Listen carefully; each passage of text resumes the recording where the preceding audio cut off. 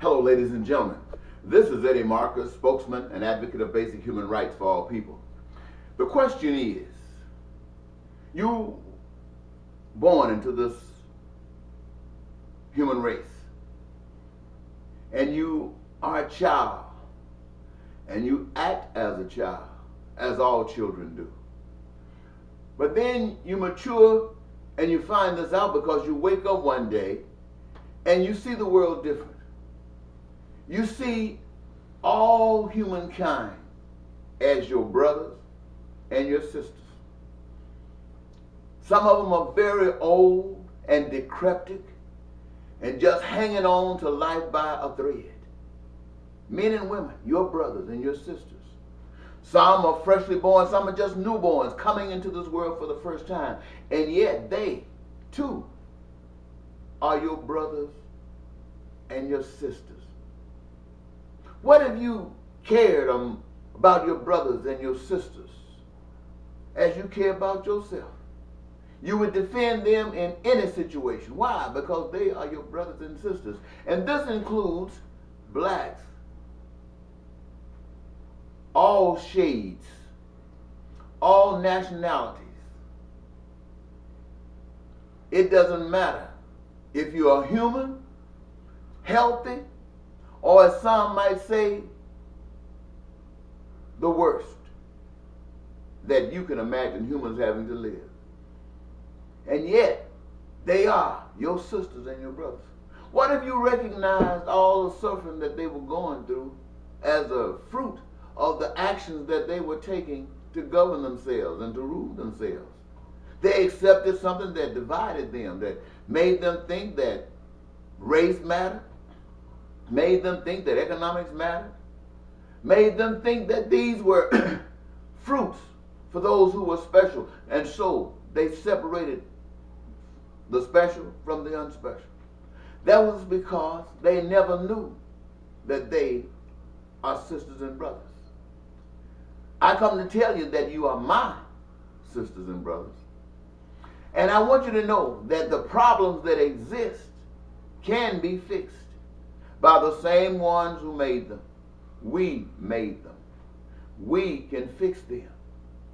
I tell you that the love that I have for you in wanting to see your dreams come true have given me a vision around the hurdles, around the stumbling blocks, to that which in each of you desire peace, prosperity, and joy. Each of you desire your dreams to come true. Every last one of you want your dreams to come true. That's why you play Powerball, the mega lottery, going to gamble on the boats. Because you think that victory one day when the sevens line up or the kings line up and you reap the rewards of that which comes out of that drawer, it might be able to catapult you from your decadent situation that you have accepted or called or labeled into an horizon that you thought you would never get to, but dreamed one day that you would. Well, that happens every now and then to one or two or three, maybe five. But it never happens to you. So as your loving brother, I want you to know how to make sure it happens to you. It's by every last one of us channeling our love. The billions of us challenging our love to another. You got a billion people loving you. And because you're putting your loving in it, you are loving each and every one of billions of people. That's a simple matter to do. When you were a child with your sisters and brothers, you guys used to play those little games. I want more cover on this side, or I would need a few more beans or peas. Sometimes you tell off on one another, trying to get a benefit. You did that, but when you matured and every one of you had what you thought was satisfactory for them, but not enough to satisfy your dreams, you were able to be cordial toward one another. But now, if you could just see what you don't see, would you, my friends, if you could see, and everybody else couldn't see, what would you do? What limits are you willing to go to wake your sisters and brothers up, to let them know that the house is on fire? What limits wouldn't you go to if your sisters and brothers were in danger and just you affecting your action would free them? What wouldn't you do? And if you saw all of your brothers and sisters walking down a trail that's leading to nowhere, and you wanted them to turn around, to go another way because you had an early awakening and you saw the way, and they couldn't hear you, what wouldn't you do? Would you be willing to do something that's dear to them? They live by the law. The law, they live by it. Would you be willing to break a law? To stand up breaking that law boldly? To get their attention in hopes that you might be able to use the situation as a message to tell them to wake up so that they can see the light of life? Would you not do that? Would you continue to keep this knowledge, this so-called love inside of you while they walk down a path of destruction? What I'm saying to you, ladies and gentlemen, is that what I have been doing to wake you up, I sought the office of mayor of the city of St. Paul, Minnesota. At another time as the mayor of Woodbury, Minnesota. Not only that, I sought the office of governor of the state of Minnesota, as well as the United States senator from the state of Minnesota. And not only that, several times I sought the office of president of the United States. And I know for all the things that you aspire, all of the things that you have accepted in this darkness, you hold up as divine. Even though the mess, the slop that we live in, we find an excuse for that. And so to say that you can benefit life, the dreams to come true, after you are gone, seems like an obvious trick that everybody could see through. But I come to tell you, I want you to know that this that I speak to you about, it is nothing but me and the Father.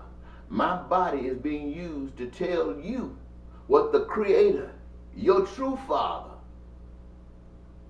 that Creator is your true Father. And that Father loves you.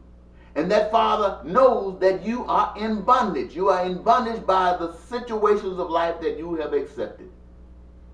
The social life, our legal systems, our economic systems. All of these systems are designed to keep you from that which your wonderful Father has prepared for you. And you know that each day as you live, it's getting worse and worse. And it will continue to get worse until it takes you all the way to a state that some call purgatory. And it would have been paved by a deception, but spread it by the energies of a deceived people. Well, the Father wants you to know that your dreams are not on the path that you're on, but that it is in you treating others as you want to be treated. And in order for you to really treat others as you want to be treated, you're going to have to recognize that there's a power bigger than you. You're going to have to recognize that all of that which said it was almighty, you can always trust in, even it turns on you. Why? To choke you, to take all of life's energy out of you and make you into a stepping rag.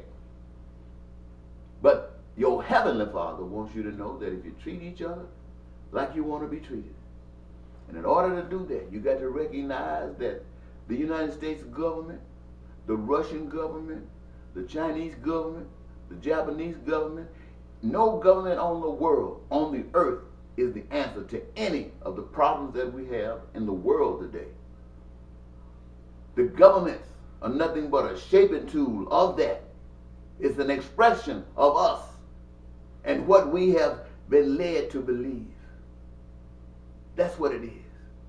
I want you to change your minds. I want you to know that things can be beautiful. Why? Because look in the mirror, how beautiful you are.